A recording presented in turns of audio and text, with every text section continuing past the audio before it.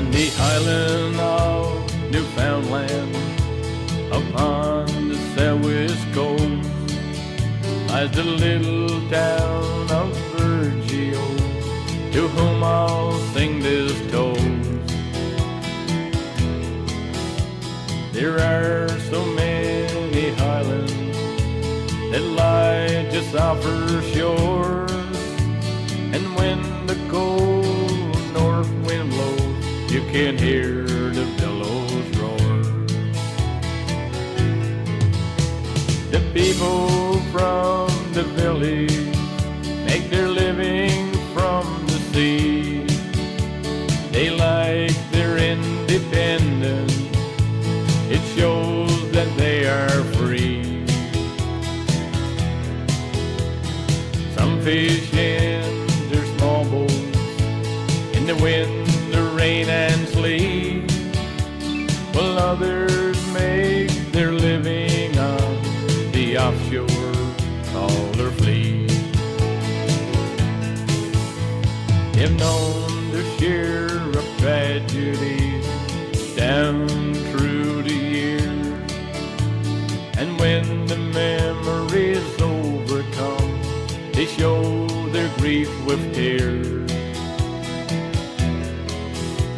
For they have lost some loved ones to the furies of the seas, for heartaches and heartbreaks are locked in memories. This village, it's got beauty carved on its rugged shore. 7 miles of pure white sand, who could ask for more? The mountains and the valleys where the rivers run so fast, and the salmon rise to the sportsman's fly as he makes another cast. Now the people of this village love their native home, for anyone who goes away oh surely will return. Just like that lifelong mystery, the answer you won't know. What makes this rugged village burn so deeply in your soul? What makes this rugged village burn so deeply in your soul? Good evening and welcome to This Week in Review. Tonight in our stories we have Raising of the Flag, Liberal Candidate, World Lions Day, Portraits of Honor Update, Principals Report. Please stay tuned for these stories after this. When you wish for something wonderful to happen. Sometimes it can make you forget About the needles and the pain. and get through this thing. Forget about being stuck inside. Laugh with my family? Go somewhere really amazing and get through this thing. The Children's Wish Foundation of Canada. Imagine the difference a wish can make. On Monday, the cadets began their cadet week with the raising of the flag at the town monument. The band played Old Canada.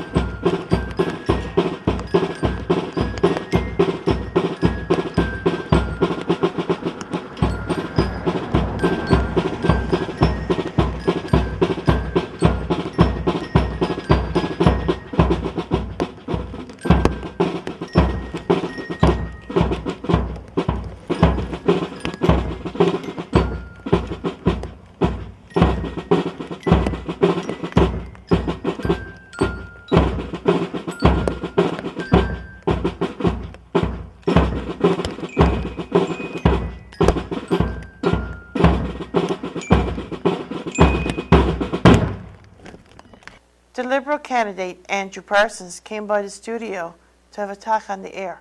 Good evening, everyone. My name is Andrew Parsons, and I'm happy to be back in Burgeo and able to speak to you this evening. Firstly, I would like to thank the Burgeo broadcast system for allowing me this opportunity to address you tonight, which will be my third time in just the past few months, and with just over 1 day before you go to the polls to vote. This election is very important to this province, but especially to the people of rural Newfoundland and Labrador and the people of Burgeo-Lapoil. The current administration of Cathy Dunderdale has forgotten us. This much is for sure. It seems that she is more concerned with cozying up to Ottawa and Stephen Harper than she is about rural Newfoundland and Labrador.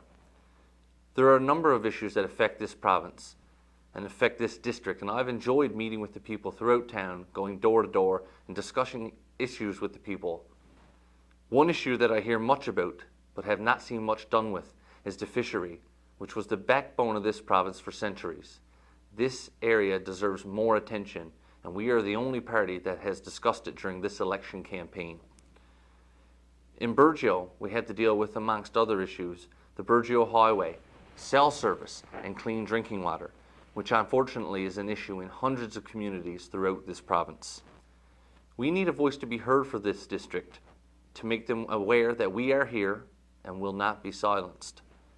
As we speak, the provincial government has taken steps to make it more difficult to recruit doctors to areas such as Burgeo. They have removed the incentives needed to get medical professionals to rural areas such as Burgeo and Port aux Basques. I have already made my voice heard on the airwaves and in the print media, and I will not be silenced on this issue. I will continue to speak on it. However, it appears that I may be the only candidate to do so. I have challenged my fellow candidates to a debate or open forum so that we can discuss the issues and answer questions from the public. To date, I have been turned down. I think this is a clear indication that I am a candidate that is not afraid to speak out nor to answer the tough questions. Throughout my professional career and my volunteer activities, I've been given opportunities to work for and with people, and I've been given an opportunity to provide leadership and representation. Effective representation is about standing up for people, speaking out for people, and being there for the people when they need you.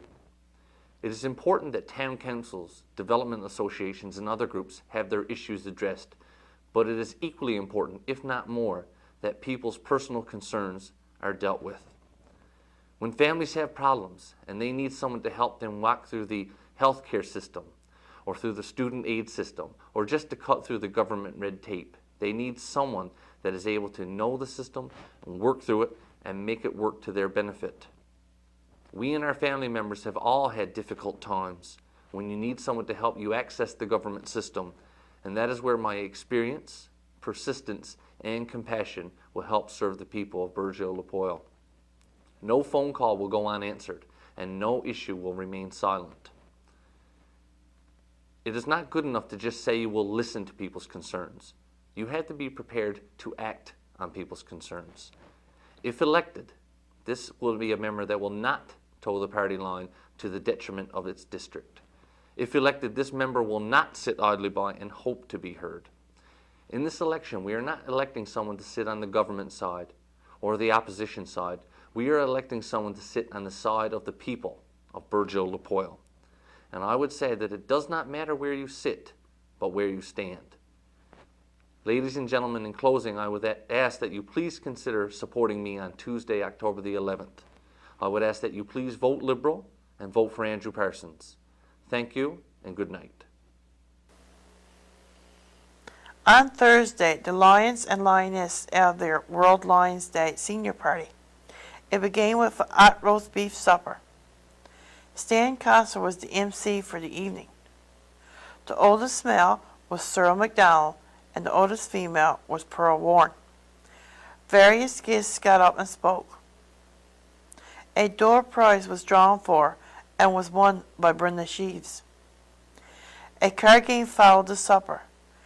The winners were first prize Wes Bellard, second prize Art Parsons, and booby was Gilbert Ann. The evening concluded with a dance.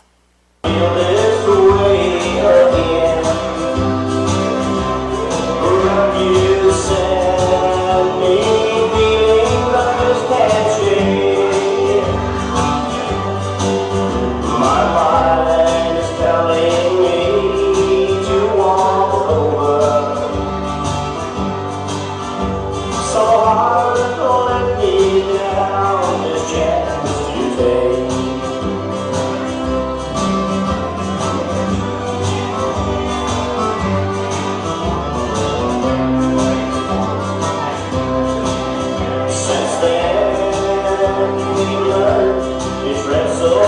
softly.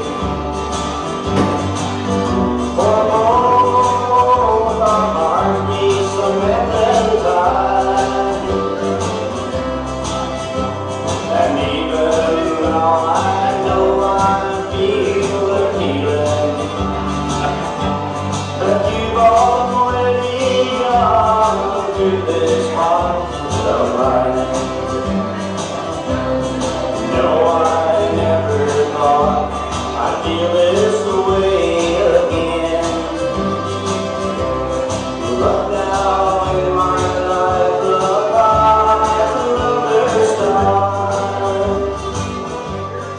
For you changed these pictures in my mind to a rose that's growing in my heart. To a rose that's growing in my heart. On Friday, Mr. Gord, Ingram, and Mr. Allister Hann came by the studio to talk about the Portraits of Honor. In our studios tonight, I have with me Mr. Gord, Ingram, and Mr. Allister Hann, and they're come to talk about the Portraits of Honor. Good evening, gentlemen. Good evening, Maxine. Could you tell me about the Portraits of Honor, please? Yeah, Maxine, the Portraits of Honor is came from the idea of a artist by the name of Dave Soapy, who wanted to pay some kind of a tribute to the fallen soldiers and injured soldiers between, the fallen ones that got killed in Afghanistan and the injured ones from Iraq. So what he decided to do was do a portrait of all the fallen soldiers, and he put this on a wall mural, and he's him and a group of 8 other people are traveling across the country to every town that lost a fallen soldier. So it's a 54-foot trailer that will be in Virgil on October the 18th, 19th, and it'll be displayed to the general public, that people go in and visit it and pay their respects to the portraits and whatever. Okay. So what kind of things have you got planned for this event? Well, we're going to start off that the trailer will be arriving around 4:30, 5 o'clock on Tuesday, October the 18th. We're going to meet outside of Virgil, probably a couple kilometers, a place to be designated by the RCMP, and we're going to try to set up a motorcade. So we're going to get as many people as possible, excuse me, to come in over the road, come in over the road and get involved with the motorcade. The RCMP will lead the motorcade in. We're open to have a vehicle from the fire department. We're open to have the ambulance, and to be in spaces among the other vehicles. And when we get to the arena, we're going to slow down a bit. Sea cadets are going to stand in, or get in front of the RCMP police vehicle, and we're going to come on down the road, down the Reach Road. Oh, okay. And as we get closer, Maxine, to the date of October 18th, isn't it, Gord? Yes. October 18th, there will be updates with the exact specifics, hopefully on Virgil Broadcasting. That's if your station will do that. Yes.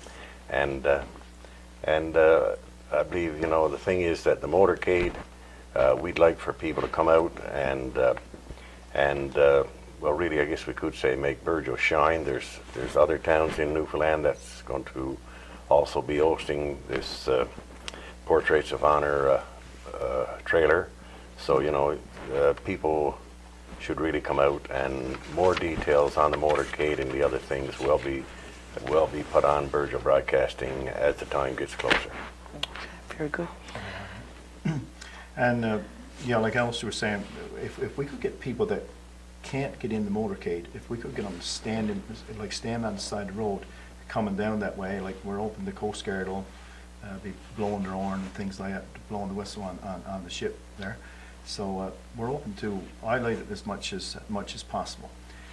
When we're going to come on down that road, the Reach Road, and the 54-foot trailer is going to park by the Bill Alliant building across from the town hall. Okay. That'll be set up then. I'm not quite sure how it happens, but it folds open and things like that, and there's a little bit of a stage. There'll be part of the ceremony, their opening ceremony, where the mayor and the family will be there to view it first, because what the tour people wants is within the first hour that, like say, the mayor, the family and friends visit first. So that first tour is going to be from 6 o'clock to 6:45. Then it'll be opened up to the general public. But we're asking as many of the general public as possible that can come down for the opening ceremonies to see it and welcome it into town. Yes, okay. I also noticed that there being fundraising needed for this. What is the fundraising for? Well, the reason the fundraiser is being held is this is coming across Canada, paid for by donations only. Okay. Okay, and they're open by the end of this tour for the West Coast, starting on the West Coast, that they'll finish up with $1.3 million. So this $1.3 million will go to the families of fallen and injured soldiers. Okay. What other plans do you have for fundraising? I noticed that you had a 50-50 draw through the Footland the other day. Yeah, what have come on stream, this is being sponsored by the town, the Lions, and the Lioness. Okay. The Lioness have come forward with a $500 donation to help towards the expense. Mm-hmm. Well, I guess not to help towards the expense, no, because it's being paid for anyway. But the $500 to go to the donation for the contribution at the end of the day. The Lions Club is going to have a bingo next Saturday night. I think it's October the 15th. And the Lions Club is having a 50-50 draw. So that'll all help towards the donation. And the other thing is we're asking any organization, if they want to come along and, like, say, whether it's 50 cents or $5, we're going to have a donation box. So if they want to put it into a donation box, just help towards the expense upon viewing the trailer, then that will be appreciated. Okay. So this trailer, this is supposed to be touring right across Canada, isn't it? Yeah, I'm not quite sure where it started to, but I know it's been going right across Canada again to all the towns that had fallen soldiers. And as you know, Sergeant Von Ingram was killed in Afghanistan from this town, so it will be visiting for 2 days. Okay, very good. Also, during his visit, there's supposed to be a renaming of the playground. You want to speak on that? Well, it's my understanding that the town council decided some time ago, I don't know now if that was this council or the last council, that I'm not aware of, but apparently they passed a motion or agreed on some form that the playground in Burgeo would be named the Sergeant Von Ingram Memorial Playground. And according to what Gord told me this morning, that that's going to take place officially on the 19th. Is that correct, Gord? Around 11 o'clock, yeah. Okay, very good. Anything else that you'd like to add to this? No, excuse me, not really, but upon the viewing of the trailer, once that first hour is over, between the town, the Lions Club, we're going to be hosting a supper for around 75 people at the Farrell, because this is it's a high-end event, and we want to play hospitality to those people as well, yes. Especially to the artists and the tour guides, and we've invited the leader of all the organizations to be part of it. So we're going to feed traditional dry fish supper there. That's about it for that evening, but anyway, it's going to be, just to reiterate, it's going to be open from 6 to 7 for family viewing. It's going to be open from 7 to 9 for the general public. The next morning it'll be open up from 9 to, I guess, till after the dedication is done on the playground. And then the trailer will lead on to Cornerbrook, where they're staying 3 days, because they had a fallen soldier in there, and Cornerbrook being much larger than Burgeo. Yes. So I guess to really try to get the people talking about it and people to attend the event is that, if you can get out and support the motorcade, your vehicle, or for that matter, if you're on the side of the street, like we mentioned, and just appreciate them coming in and give them the support and the family support as well, I guess, that particular day as well. Okay, well, very good. Looking forward to seeing the trailer in town. Well, I'd just like to add, Maxine, that, you know, when a town of this size, when one of its native sons or daughters pays the supreme sacrifice, which happened in Burgeo, I think, and I really encourage people to come out and make an impression on these people in that bus, and to let them know and carry back the story that, you know, everybody in this town was hurt when this happened. Exactly. Yeah, and having said that, Allister, it's going to be covered by the media as well. CBC is going to be in there. NTV is going to be in there. CBC Radio have already contacted us. So I guess the South Branch is going to be the first place. Burgeo is going to be the second place. So let's, you know, accept them in, well, I guess, great hospitality, and let's give them a good send-off back to Corner Brook. And really, it's the Kinsmen's Club in Corner Brook which is hosting this whole thing, isn't it, Gord? Yes, the Kinsman Club in Corner Brook is hosting everything. So all monies, like say, all donations will go to the Kinsman Club. It'll be paid by a check through the Lions Club, and they're monitoring every penny. So. Oh, okay. Very good. Well, thank you, gentlemen, for coming by and giving us some more detail on this great event. Okay, thank you, Maxine. I went by the school and Mr. Penny give his principal's report. Good evening, and I want to thank Maxine for coming in again to, I guess, keep this going with, we said in the last time we did this, that I'd like to see an interview each month, and we'll try to keep that going. So right now we've, obviously students and whatnot been back to school for a little over a month. Been a very busy month, and time once again is flying by very fast. Students are well into doing a lot of work. I'm sure especially students in grade 7 and up. They're getting into tests now. I mean, a lot of the units are very similar in length. So unfortunately, a number of the tests do come together. So hopefully students are working hard, and we're all together, parents, teachers, and students, and providing them with the best education possible. Just want to remind parents that with regards to testing, students are not permitted to have more than 2 tests a day.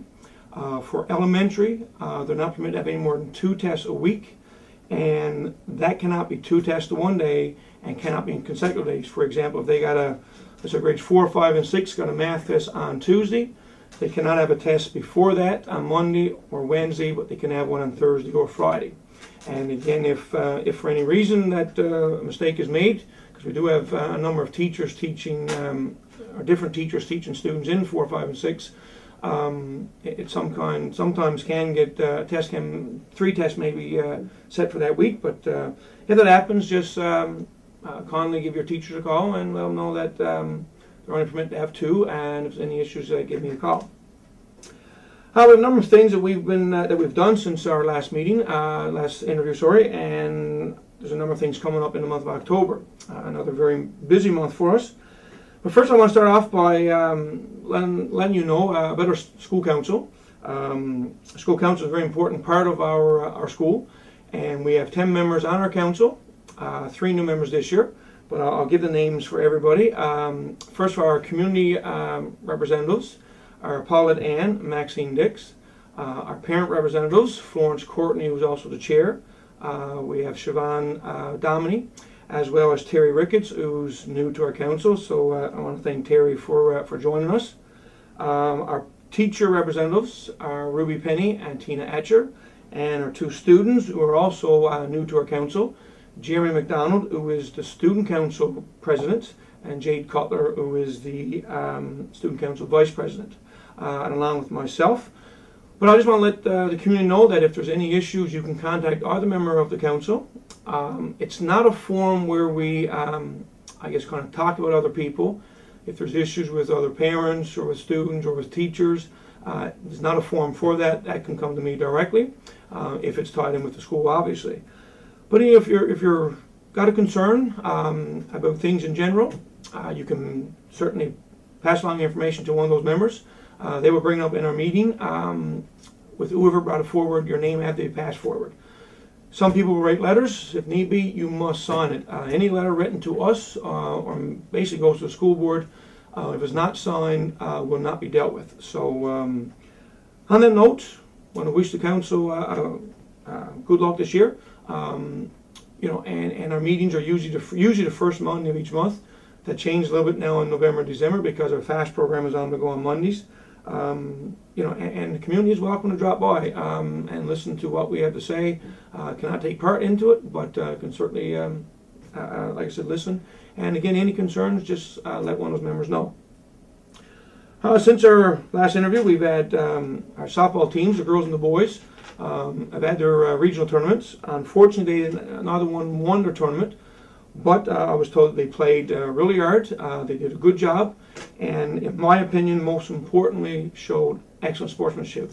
And we've been known for good sportsmanship for a number of years, not only at Burgeo Academy, but when we were in St. John Central and A.J. Matthews. Burgeo Academy, teams from Burgeo are known for good sportsmanship. And at provincials, we have won a number of sportsmanship banners. And I've heard a number of teachers, a number of comments in the past that that's probably more important than winning the tournament. So again, congratulations to the two teams on a job well done. And again, volleyball is right around the corner. Floor will be starting up soon.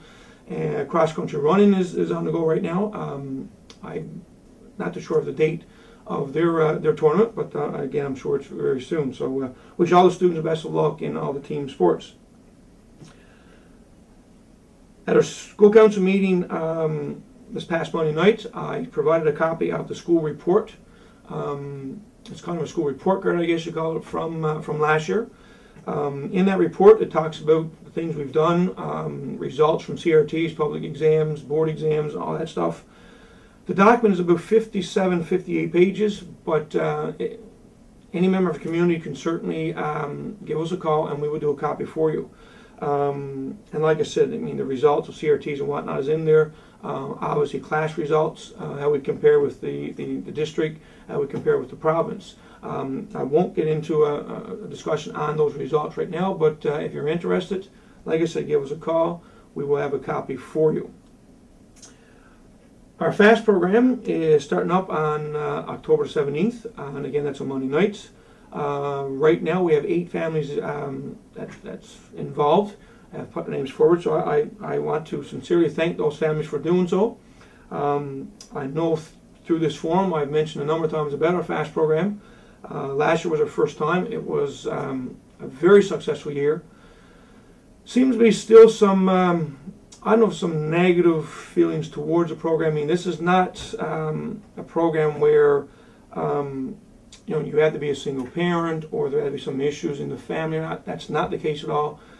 We are calling families to join us. There's a free meal at supper time. Your family gets to sit down for a meal, which we know with everybody's busy schedule. That doesn't happen a lot, unfortunately, in a lot of families. There's parent time during that night. There's kids time. There's family activities. It's just, I guess, a way for families to interact in their own families and with other families. And while I say the main or the fast child has to be ages of 4 to 9, that's the one big, I guess, regulation that we're looking at.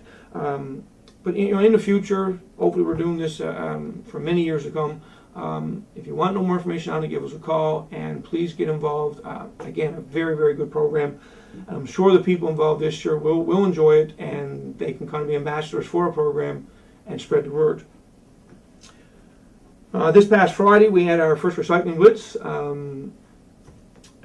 Actually, right now it's obviously a Wednesday. Sorry, our recycling blitz coming up, but when this is aired, it'll be the day before. So not too sure, obviously, what our results right now, but we were hoping to have 2 or 3 recycling blitz throughout the year. Encourage all students and parents, any community members, if you want to send your recycling or give them to one of the students. There are 10 teams.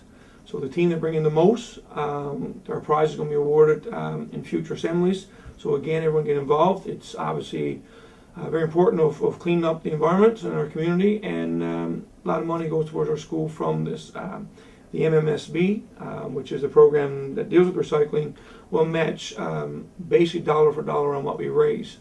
Now with that, if it's a pop item or a juice box, whatnot, we get 5 cents. The MMSB or the government will match 5 cents. But if it's an alcohol bottle, that's already 10 cents, they will not match that. So either way, we get 10 cents for every item that comes to our school. And again, I've mentioned here in the past, that money is put to good use, used for a number of things, and in probably our next interview I will explain where that money is going to go to. We also have our annual Healthy Commotions Day. That will go out on Friday the 14th. That will be in the morning. Students in K to 6, there will be breakfast at 8:30. Students in 7 to 9, there will be breakfast at 9 o'clock. Now all students should still be in school at the regular time. At 9 o'clock, K to 6 students will go to the gym to do some exercise, some activities with the phys ed teacher. While the 7 to 12 are having their breakfast. And then starting at 9:30, we will have activities leading up until lunchtime. Students in 7 to 12 also have a Respect Day. It'll be for the morning only, and that's on October the 17th. And I want to thank the Respect team for their hard work so far this year, and along with Mrs. Penny and Teresa Peterson, I'm sure a number of other adults in the community are involved in that day. I'm looking forward to it, and respect is obviously very important. They're talking about bullying, respect for each other, respect for yourselves, respect for your elders, your teachers, parents, whatnot. Very important topic, and obviously I look forward to again that day. We also have 2 closeouts planned for late in October. School will be closed on October 27th and the 28th. All teachers will be in Stephenville for workshops. Therefore, students will get a long weekend since that is a Thursday and a Friday. Last Monday night, we had 2 Monday nights ago, 2 weeks ago, we had our curriculum night. I figured we had about somewhere around 50% of our parents showed up. So certainly want to thank those parents for coming out. Darlene Strickland, the public health nurse, put off a presentation on the nutrition policy. Obviously, we have a policy where we are not permitted to sell certain items. Our snack program can only provide certain items. The one thing we don't have control over is what students bring into the school, whether they stay for lunch, whether they bring things from recess. So this presentation was for parents, and hopefully it was eye-opening on how dangerous and how bad some of these foods that our kids are having, unfortunately. The presentation, I'm going to try to see if we can air the presentation on BBS in the near future to give all parents an opportunity to see that. But kids are coming in, bringing pop in. At times they may bring in some fast food items. There's obviously concerns with the well-being of what kids are eating, and I also know the concerns that pop can be very cheap to buy. Milk can be very, very expensive. But again, I think that we need to do everything we can, parents included, on what you're providing to your children. I won't go through the data that was presented, but kids who are eating unhealthy have a very high risk and at an early age of getting diabetes and other diseases that we need to avoid, obviously, for the health and well-being of those students and of your kids. So hopefully in the near future we can post that. There's a lot of pamphlets we're giving out, items that you can buy that's good items, probably can be cost effective and whatnot. So any questions, again, certainly give Darlene a call. You can call the school, and again, hopefully we'll have that on BBS shortly. One thing I want to remind parents is when your child is out sick, please pass in a note with your teacher. In the register, if there's no note comes in, they are marked as absent. But if they are sick, we will mark them as sick. It's still an absent, but it's not an absent that's unexcused. So if it's due to weather, they're out for a dentist appointment, whatnot, please provide just a short note to your child's homeroom teacher, and again, that will be recorded in the register for that. We seem to be having a couple of minor glitches with the Send Revoice program, and that is a program, the automated phone calls that are made with attendance, or if there's school closures or whatnot. But especially with the tennis one, it seemed like there was a couple mornings we had issues where calls were made that the child was not in school and they actually were. We're trying to fix the problem. It seems to be a technical problem, so hopefully that will be fixed very, very soon. But I ask that parents please do not panic. If your child was on their way to school and you're getting a call that they're not in school, just give us a quick call and Floss will know right away if your child is indeed in school or not. So hopefully we won't have that issue in the near future. But again, if it do happen, just give us a call. Don't panic. Call us, and then, like I said, we will fix it up right there and then. And the final thing I have is permission forms, consent forms were sent home to all students. We have, I think, a big percentage of those back. But for those who have not signed, parents who have not signed consent forms, the school need those before students are involved in any extracurricular. Now, yes, we've done the softball. Students now are involved in the cross-country running. But in the near future, and I'm going to say within a few days or a week at the most, if those forms are not in, then those students who are involved in any after-school sports or any of the ones I've mentioned or any future teams will not be permitted beyond there. So please check off. There's a number of things you check off. If you don't want your child involved in some things, then please leave it blank. Check off what you want your child to have. Give us consent that they are can be involved in. Then please do so and get those back as soon as possible. As I said, it's been a very busy 4 or 5 weeks of school, and I suspect it will stay the same until June. I again just want to let everyone know that my door is usually open when I'm not in class, obviously. If you want to call, any concerns whatsoever, please let us know. And again, as I said at the beginning, that we are all there, the teachers, the parents, and the students. And if everybody's doing their part, the students at Burge Academy can get a very good education. So again, we'll chat, I guess, sometime in November for our next interview. Thank you very much. Remember, Tuesday, October the 11th is voting day. Get out there and exercise your right to vote. This concludes our program for tonight. Thank you for watching. Good night.